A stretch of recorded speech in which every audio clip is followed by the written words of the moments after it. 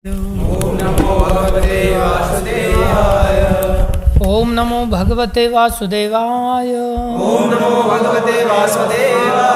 ओम नमो भगवते वासुदेवाय।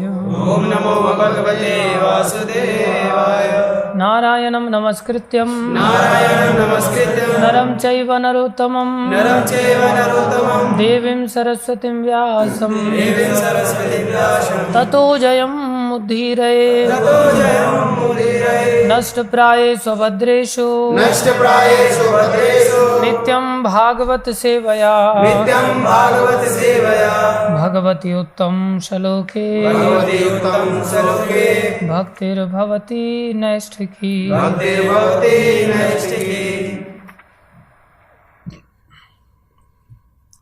श्रीमद् भागवतम स्कंद 2 अध्याय 2 श्लोक संख्या 25 व 26। कृपा करके सभी ध्यान से सुनेंगे और सबने ऊंची आवाज में पीछे दोहराना है।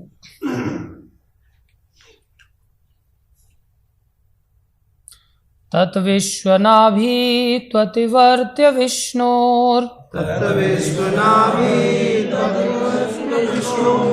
अनीयसा विरजेनात्मनैकः नमस्कृतं ब्रह्मविदामुपैति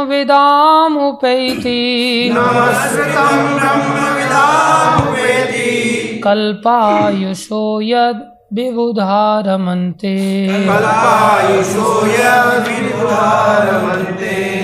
अथो अनन्तस्य मुखानलेन दन्दयमानं सनिरीक्ष्य विश्वम् निर्याति सिद्धेश्वरयुष्टधिष्ण्यम् यद्वै परार्ध्यं तदुपारमेष्ठ्यम् तद्विश्वनाभि त्वतिवर्त्य विष्णो अनीयसा विरजेनात्मनैकः नमस्कृतं ब्रह्मविदामुपैति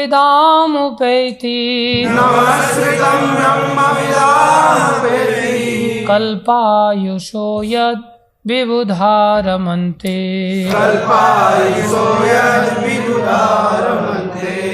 अथो अनन्तस्य मुखानलेन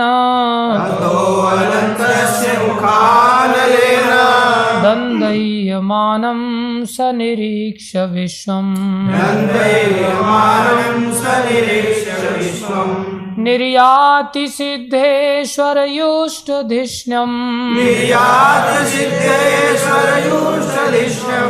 यद्वै परार्ध्यं तदुपारमेष्ठ्यम्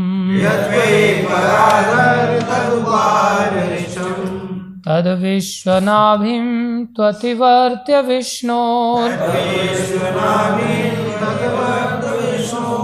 अनीयसा विरजेनात्मनैकः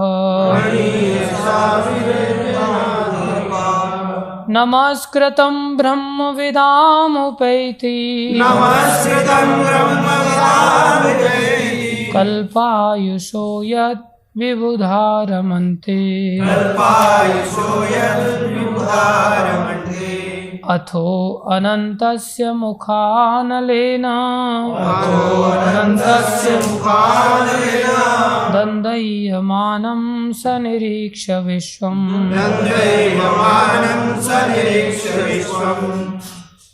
निर्याति सिद्धेश्वरयुष्टधिष्ण्यम् यद्वै परार्ध्यं तदुपारमेष्ठ्यम्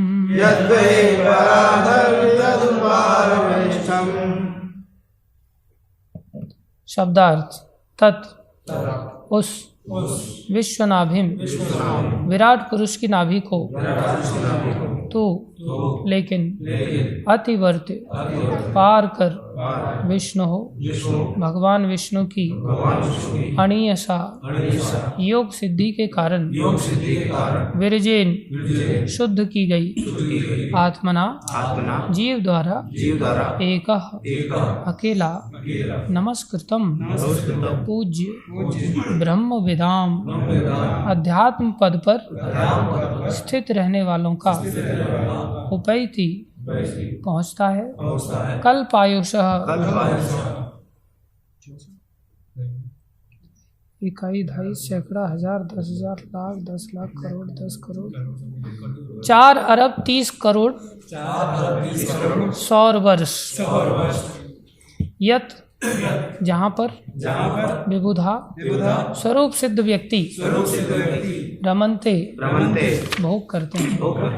अथो तत्पश्चात अनंतस्य ईश्वर के विश्राम करने वाले अवतार अनंत के मुख अनलेन मुख से निकलने वाली अग्नि से दंदयमानम भस्मीभूत करते हुए सह वह निरीक्ष देखकर विश्वम ब्रह्मांड को निर्याति बाहर जाता है।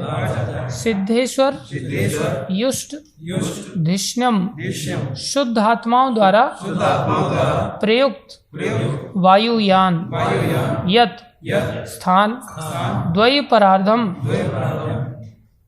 इसको कोई गिनती करके बता सकता है?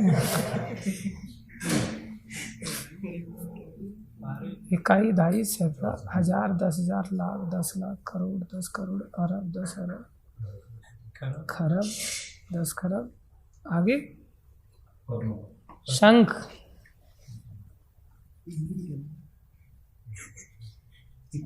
एक शंख 54 खरब 80 अरब बोलो एक शंख 54 खरब 80 अरब सौर वर्ष तत् वह महान पारमेष्ठ्यम सत्यलोक जहाँ ब्रह्मा निवास करते हैं। अनुवाद यह शिशुमार चक्र संपूर्ण ब्रह्मांड के घूमने की कीली है और यह विष्णु गर्भ उदकशाही विष्णु की नाभि कहलाती है। केवल योगी ही इस शिशुमार चक्र को पार करता है और ऐसे लोग अर्थात महरलोक को प्राप्त करता है जहाँ भृगु जैसे परिशुद्ध हो चुके महर्षि 4 करोड़ 30 लाख 4 अरब 30 करोड़ सौर वर्षों की आयु भोगते हैं।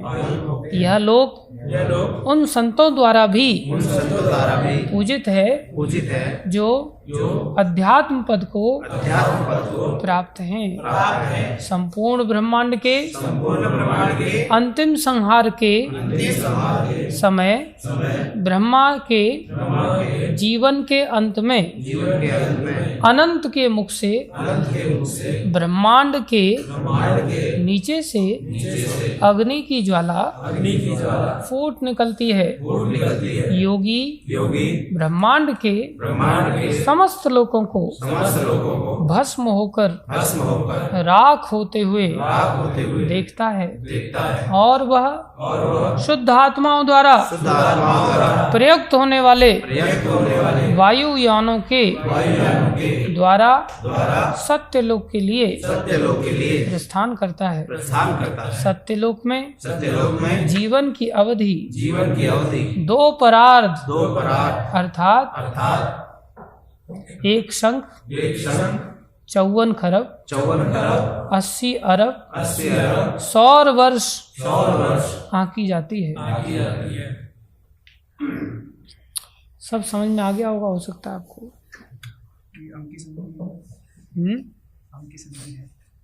अंक समझ में नहीं आए?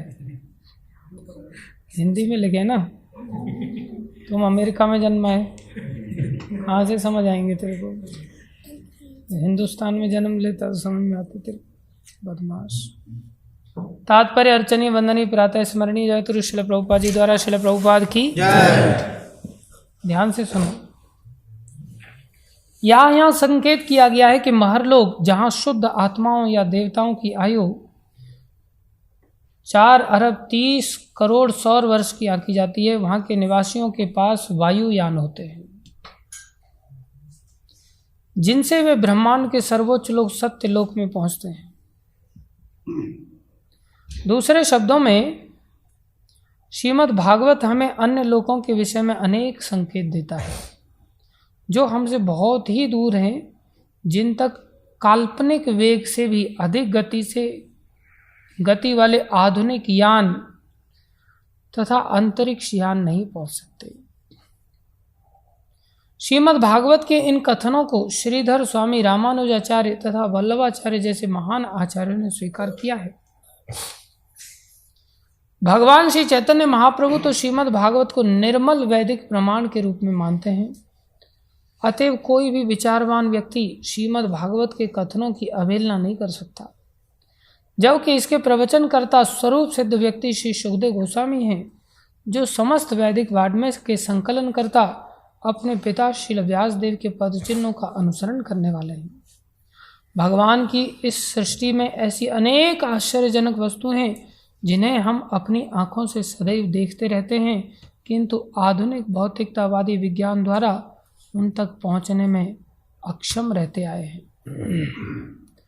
अतएव हमें वैज्ञानिक परिधि से परे वस्तुओं को जानने के लिए भौतिकतावादी विज्ञान की खंडित प्रमाण पर निर्भर नहीं रहना चाहिए।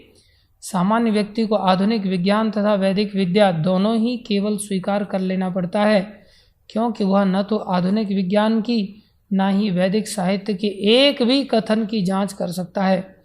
सामान्य व्यक्ति के सामने एक ही विकल्प रह जाता है कि या तो वह इनमें से किसी एक पर विश्वास करे या दोनों पर करे, किंतु समझने की वैदिक विधि अधिक प्रामाणिक है, क्योंकि उसे उन आचार्यों ने स्वीकार किया है जो न केवल श्रद्धालु एवं विद्वान व्यक्ति हैं, अपितु मुक्त व्यक्ति भी हैं तथा बद्ध जीवों के समस्त दोषों से रहित हैं। आधुनिक विज्ञानी तो ऐसे बद्ध जीव हैं जो अनेक त्रुटियां कर सकते हैं। अतएव अच्छा यही होगा कि श्रीमद् भागवत जैसे वैदिक ग्रंथों के प्रामाणिक वचन को स्वीकार किया जाए, जिससे महान आचार्यों ने एक स्वर से स्वीकार किया है। ओम ज्ञानम तिमिरन्धस्य ज्ञानञ्जनशलाकया चक्षुरुन्मीलितं येन तस्मै श्रीगुरुवे नमः। श्रीचैतन्यमनोभीष्टं स्थापितं येन भूतले स्वयं रूपदामह्यं ददाति स्वपदान्तिकम्। वन्देऽहं श्रीगुरो श्रीयुतामनगमनं श्रीगुरुन् वैष्णवांश्च श्रीरूपं सागरजातं सहगना रघुनाथान्वितं तं सजीवं साद्वैतं सावधूतं परिजनसहितं कृष्णचैतन्यदेवं श्रीराधाकृष्णपदां सहगन ललिता श्रीविशाखान्वितांश्च। हे कृष्ण करुणा सिन्धु दीनबन्धो जगत्पते गोपेश गोपिकान्त श्रीराधाकान्त नमस्तुते। तप्त कांचन गौरंगी राधे वृंदावनेश्वरी वृषभानुसुते देवी प्रणमामि हरिप्रिये। वाञ्छा कल्पतरुभ्यश्च कृपा सिन्धुभ्येव च पतितानां पावनेभ्यो वैष्णवेभ्यो नमो नमः।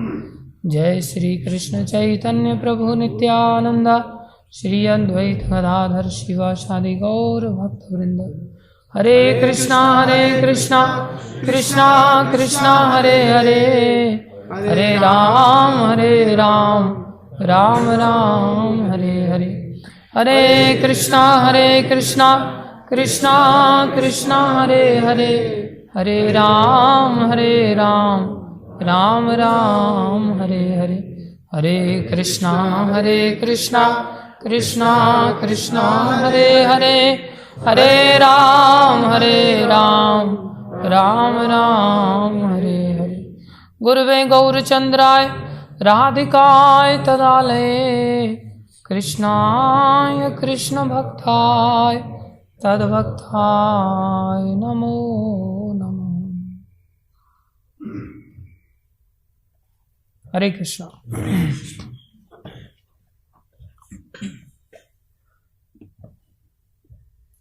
देखो,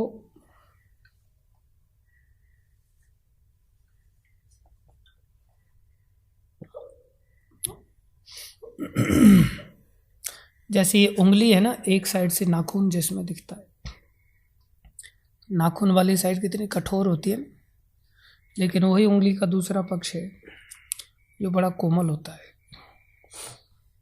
इधर सुई चुभाओ तो आसानी से नहीं जाएगी, लेकिन इधर चुभाओ तो चली जाती। ऐसा ही मेरा नेचर भी है कि मैं एक साइड से कठोर दिखता हूँ, लेकिन दूसरी ओर से मेरा हृदय कोमल है।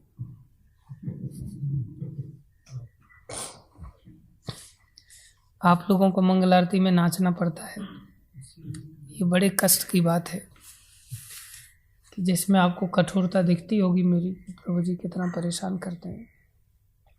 लेकिन मैं दंडवत प्रणाम भी करवाता हूँ आप लोगों को, जिस समय मैं पूर्ण विश्राम देता हूँ, जिसे प्रणाम करते समय आपको ताकत फिर से वापस आ जाए। समझ आ रहा है कि नहीं? मंगल आरती शुरुआत में बहुत स्लो गाता हूँ, जिससे आप लोगों को कोई कष्ट ना हो जरा सा। हाँ, वार्म अप होता है, वो आपकी इच्छा है, थोड़ा वार्म अप कर लें तो अच्छी बात है। उस समय में तो आपको डांस करने में कठिनाई नहीं होगी। लेकिन जो बच्चे लोग हैं उनका भविष्य एक्सरसाइज पर टिका रहता है। ये भविष्य है, देश की सेना बनेंगे ये लोग, कोई कर्नल बनेगा, कोई जनरल बनेगा, है कि नहीं? बड़े बड़े पदों पर जाना होगा, देश की बागडोर संभालनी। तो आप लोगों का शरीर बहुत सख्त होना चाहिए, सशक्त होना चाहिए। इसलिए क्लास के समय में भी आप लोग डांस किया करो, ठीक है बच्चे लोग। दूसरा चीज, कर्नल जनरल बनना है ना। दूसरा चीज, जिन भक्तों के आकार बढ़े हुए हैं,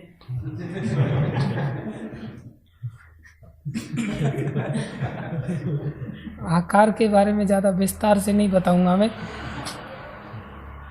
जिन भक्तों ने अपने आकारों को बढ़ाया है जगन्नाथ जी की कृपा से, उनका कोई दोष नहीं, ये तो जगन्नाथ की कृपा है। जगन्नाथ जी के पंडे आकार में अच्छे खासे होने चाहिए।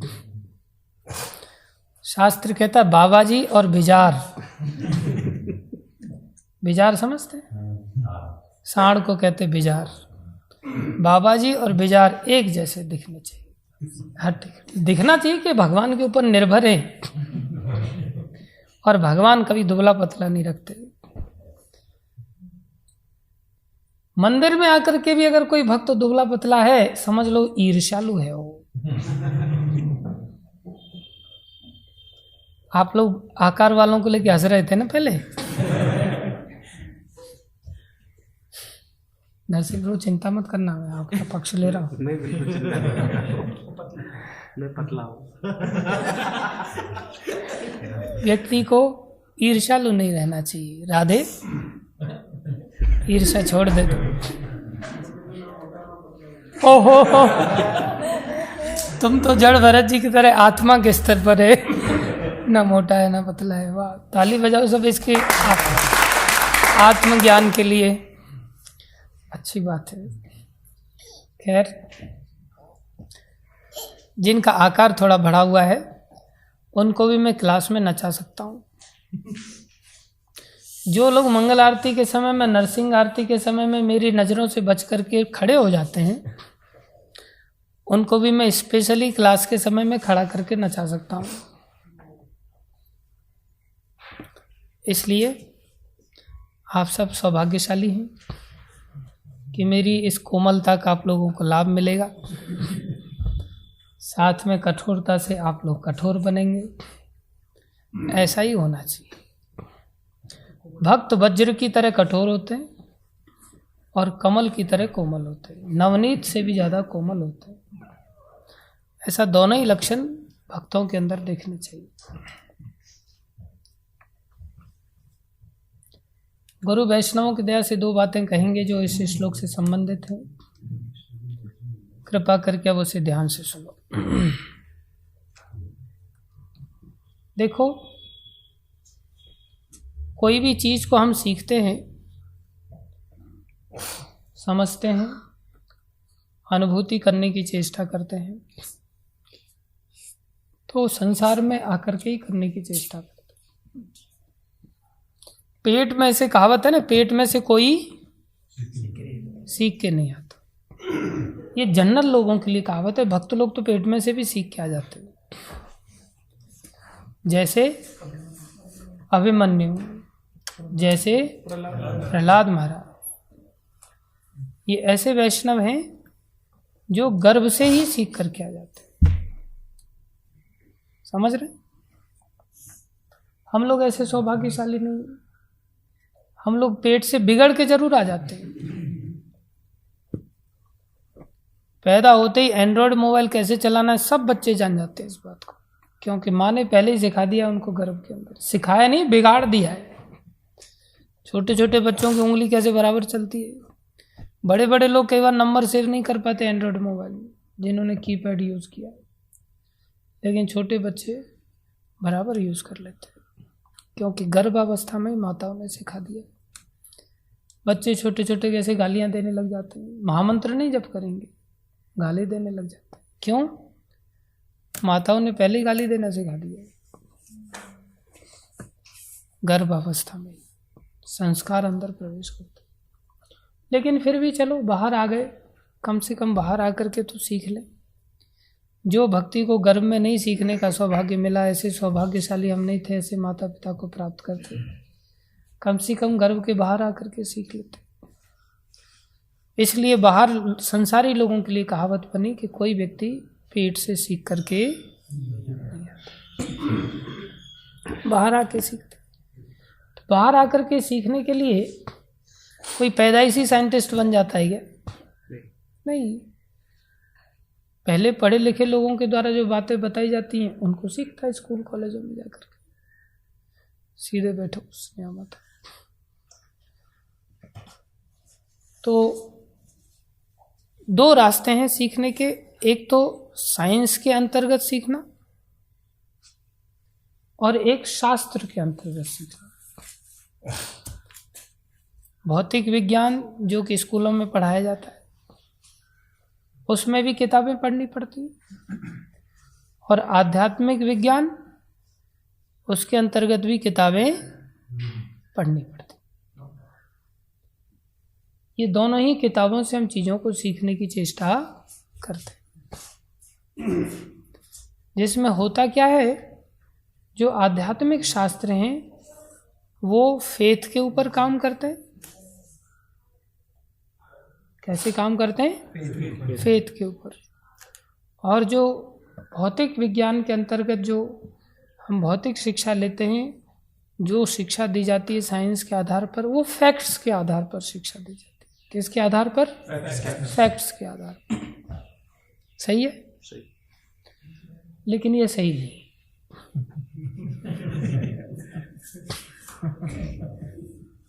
सही है? नहीं, ये सही नहीं।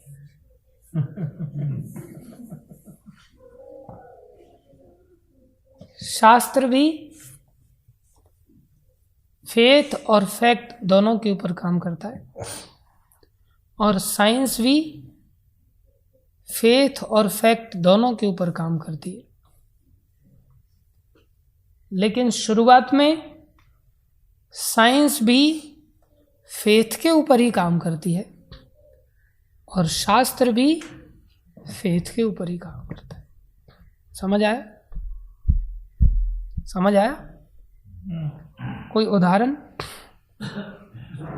प्रयोग कर रहे हैं तो विश्वास का होता है कि हम इसको कर लेंगे। फैक्ट है, मतलब तो पहले विश्वास करना पड़ता है, फेथ करना पड़ता है, फिर आगे चल करके उसकी घटनाएं घटित होती है उस विश्वास पर। जब हम जीवन जीते हैं तो फिर हम फैक्ट को रियलाइज कर पाते हैं। ऐसा ही शास्त्र में ही यज्ञ भी करते बहुत बार, एक्सपेरिमेंट सक्सेस हो जाए। जैसे उड़ रहा है रॉकेट तो भगवान का पूजा वूजा करेंगे, आरती नारियल फोड़ेंगे, बोलेंगे चलो अभी रॉकेट उड़ाते हैं। हाँ, शास्त्र को वो लोग डर के कारण मानते हैं, इस तरह से मानना तो पड़ता है उनको। खैर, कंसेप्चुअली लोग नहीं जानते अच्छी तरह से।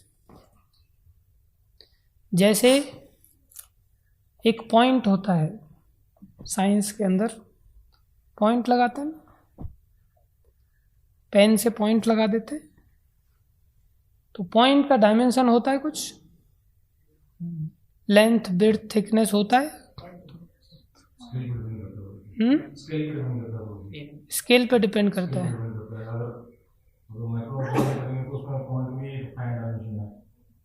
हाँ हाँ हाँ, लेकिन साइंस उसके बारे में क्या कहता है? पॉइंट डायमेंशनल एंटिटी है या नॉन डायमेंशनल एंटिटी? हाँ, नैनो स्केल पर, लेकिन साइंस इस बात को डेफिनेशन के रूप में तो नहीं बोलता कि आप कौन सा स्केल बोलते। अगर नैनो स्केल के अनुसार नैनो पॉइंट लगा दिया जाए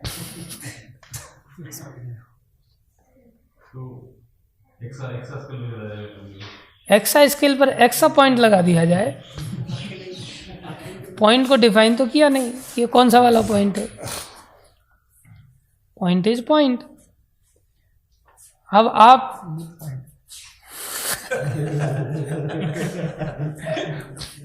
पॉइंट को डिफाइन किया जाए उसके अनुसार बोला जाएगा ना।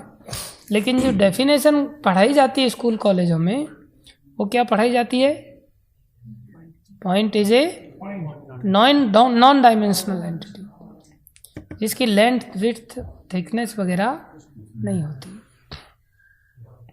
जिसकी जीरो लेंथ मानी जाती। करेक्ट। मान लो साइंस ये तो बताता है ना कि इस पॉइंट की जीरो लेंथ है, कोई तो पॉइंट ऐसा होगा जिसकी लेंथ वो जीरो डिफाइन करता है कि इसकी लेंथ जीरो है। तो पॉइंट की डेफिनेशन वो लोग इस प्रकार से देते हैं। और एक लाइन की डेफिनेशन क्या बोलते हैं? What is the definition of line? between the 2 points. It is the distance between the 2 points. गलत है। जा रहे हैं प्रभु जी भौतिक विज्ञान सीखने? जाओ, कल्याण हो तुम्हारा, सीखो। लाइन की डेफिनेशन क्या है? Combination of infinite number of points. Infinite number of points नहीं, फाइनाइट नंबर ऑफ पॉइंट्स ना। इनफाइनाइट, ओके, नहीं, ये भी सही नहीं है। फाइनाइट पॉइंट भी नहीं है। जो मेजर हो सके उससे लाइन, जो मेजर हो सके नहीं, जो फुल पट्टी से मारते ना जो थप्पड़ से मारते ना लाइन लग जाती है जो गाल पर, वो वाली लाइन। लोग सीटी मार के लाइन मारते तेरे को बहुत अच्छा एक्सपीरियंस लगता है। कॉलेज में देखा है। ध्यान दो, लाइन की definition, it is the shortest distance between the 2 points. Infinite number में ऐसे ऐसे भी जा सकते हो, उसे लाइन थोड़ी कहेंगे, उसे कर्व कहेंगे।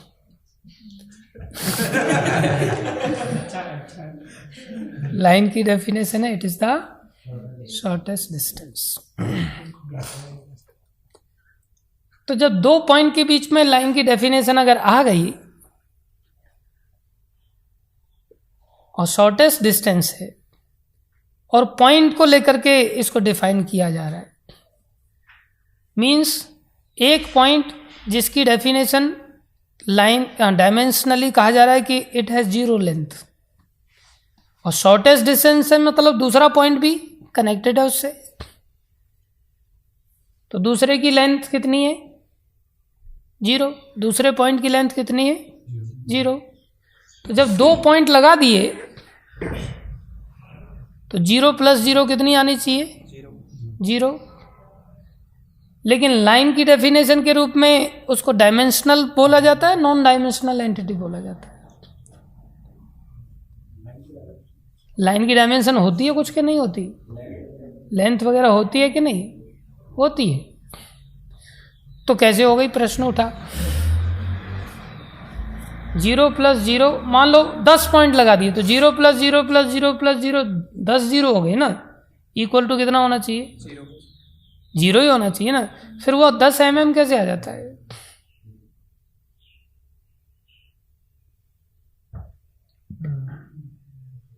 जीरो ही आना चाहिए। लेकिन वहां बोला जाए नहीं 10 mm में मान लो, हाँ मान लेते, ठीक है, स्वीकार है, इसको कहते हैं फेथ। इसको कहते हैं फेथ। ये शुरू से इस फेथ पर गाड़ी चलती आगे, और ये आगे तक ऐसे चलती रहती है। जैसे इंजीनियरिंग वगैरह में अब आप चले जाएंगे, वहां पर भी बोले ऐसा क्रिस्टल जिसे आइडियल क्रिस्टल कहेंगे। आइडियल क्रिस्टल होता है क्या, एग्जिस्ट करता है क्या? एग्जिस्ट ही नहीं करता, लेकिन with respect to ideal crystal की कैलकुलेशंस होती हैं।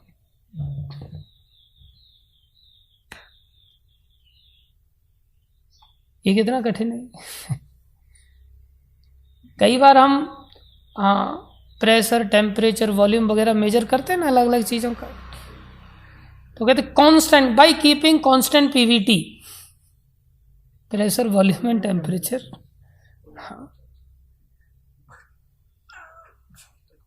जबकि कांस्टेंट किया जा सकता है क्या, एग्जिस्ट करता है क्या कि कांस्टेंट उसको किया जा सके, प्रेशर को, वॉल्यूम को, टेम्परेचर को किया ही नहीं जा सकता। लेकिन सारी कैलकुलेशंस उसी के आधार पर होती है कि नहीं? एज्यूम करके चलना पड़ता है। What is this? It's nothing but the faith. Faith है और काम करता है। काम करता है तो विश्वास भी हो जाता है ना। बहुत सारी चीजों को देख नहीं पाते हम, इलेक्ट्रिसिटी दिखाई नहीं देती, लेकिन काम कर रही है। काम कर रही है मतलब है, ये क्या है? फेथ है। जैसे मैथमेटिक्स में इमेजिनरी नंबर होता है, उसका नाम ही है इमेजिनरी नंबर, जिसको इमेजिन करके चलना पड़ रहा है। अनुभव में नहीं आ रहा है, वैसे कैलकुलेशन के लिए आप रिसर्च नहीं कर सकते उस पर, लेकिन उसको मान करके चलोगे तो कैलकुलेशन में रिजल्ट आ रहा है, बराबर कार्य कर रहा है, जिसके ऊपर पर सारा ट्रैफिक सिग्नल काम कर रहा है। इमेजिन नंबर है कि नहीं? सारी कैलकुलेशन, सब कुछ उसके ऊपर डिपेंड करता है। ये क्या है? Faith to fact. ये जर्नी है। फेथ टू कौन दे रहा है? भौतिक विज्ञान दे रहा है। सेम शास्त्र है। शास्त्र कह रहा है स्वर्ग होता है, शास्त्र कह रहा है जनलोक होता है, महरलोक होता है, तपलोक होता है, सत्यलोक होता है, ये सब है। शास्त्र कह रहा है वैकुंठ है, शास्त्र कह रहा है कृष्ण है। मान लो, बात खत्म हो जाएगी। एक बार महाराज युधिष्ठिर ने चतुर्मास का संकल्प लिया, जो शास्त्र बताता है कि 4 महीने जो चतुर्मास का समय होता है, श्रावण, भाद्र, क्वार और कार्तिक, अश्विन और कार्तिक, ये चतुर्मास बड़े पवित्र दिन पाए जाते हैं। इनमें एक जगह बैठ करके अच्छी आराधना करनी चाहिए, अच्छी भक्ति करनी चाहिए। तो उन्होंने खुद अच्छी भक्ति किया, और सबसे बड़ी बात उन्होंने वैष्णव सेवा की। तो उन्होंने संकल्प लिया, हर रोज 10,000 वैष्णवों को मैं प्रसाद खिलाऊं। एवरी डे 10,000 वैष्णवों को प्रसाद खिलाएं। अभी विश्वास की बात है ना। साधारण आदमी क्या सोचेगा, अरे यार इन भक्तों को पैसा खिला करके भक्तों को भोजन कराने से क्या होगा, फालतू में पैसा और चला जाएगा। इससे अच्छा तो बिजली बिल भर देते इतने पैसे, इससे अच्छा तो झाड़ू खरीद के ले आते, इससे अच्छा तो कम से कम पैर पहुंचने वाला पैड खरीद के ले आते, कुछ दिन चलता है। घर की जरूरत है आदमी समझता है। लेकिन उन्होंने शास्त्र के आधार पर कि भैया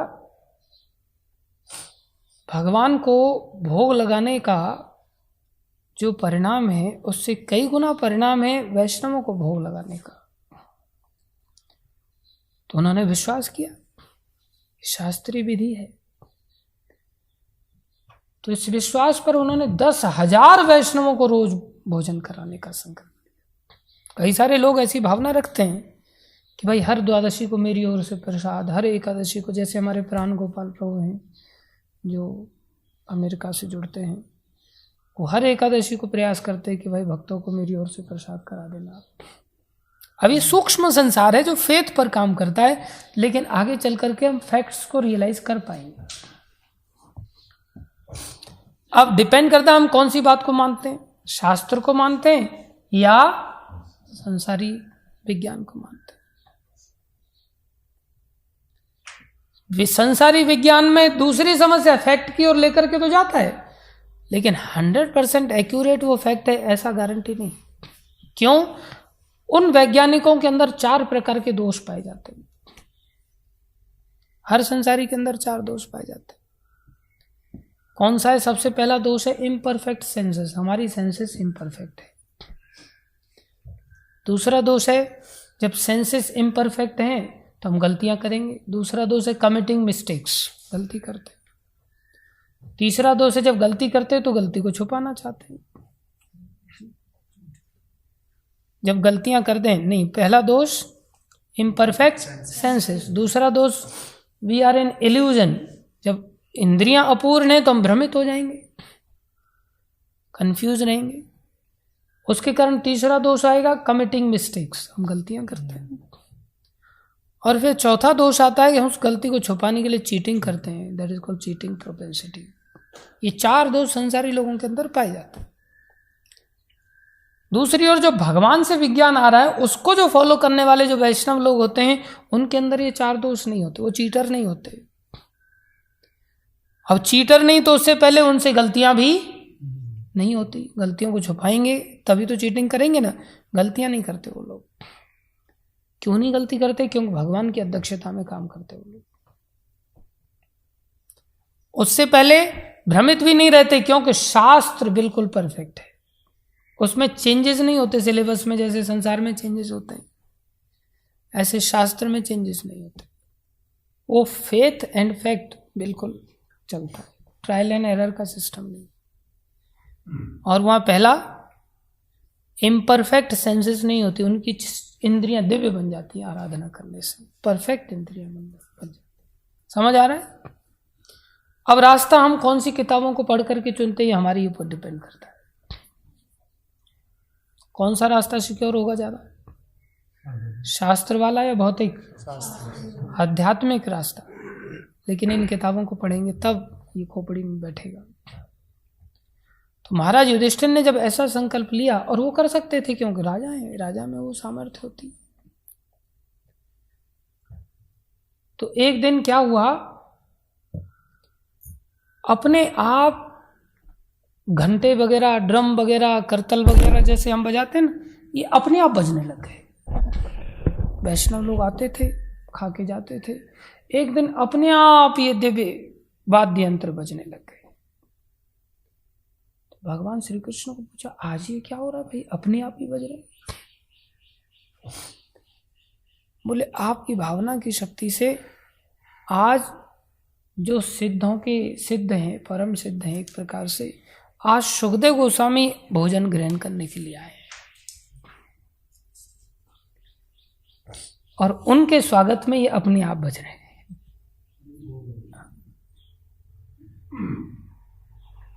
तो एकदम से जाने लगे। बोले जाओ मत, नहीं तो चले जाएंगे। उनको प्रसाद पाने दो और वो पा करके चले जाएंगे। तुम्हारा सौभाग्य है कि वो आज तुम्हारे यहाँ प्रसाद पाने के लिए आए हैं। उन्होंने विश्वास कर लिया, प्रभु जैसी आपकी आज्ञा। ये नहीं मैं आंखों से देखना ही चाहूंगा। वो दिव्य हैं, वो चाहें तो अलग रूप धर के भी कार्य कर सकते हैं, हम नहीं समझ सकते। लेकिन फैक्ट बता रहा है कि ड्रम बज रहे हैं, जो रोज नहीं बजते थे आज कैसे बज रहे हैं। बोले भावना शक्ति से सिद्ध लोग हमारे ऊपर ऐसी कृपा करते, आशीर्वाद देते। ये विशेषता होती। हमें भक्ति को इस प्रकार से अंगीकार करने की चेष्टा करनी चाहिए जो शास्त्रों के अनुरूप हो। इससे हम धीरे धीरे विश्वास को प्राप्त करें। नहीं तो हमारा जीवन भौतिकता में चीटिंग भरा हो जाएगा और अंत तक कुछ नहीं प्राप्त कर पाएंगे। Thank you very much. Bhagavata Mahapurana की जय, श्रील प्रभुपाद की जय, श्री गुरु महाराज की जय, अनंत कोटि वैष्णव वृंद की जय, आप सब भक्तों की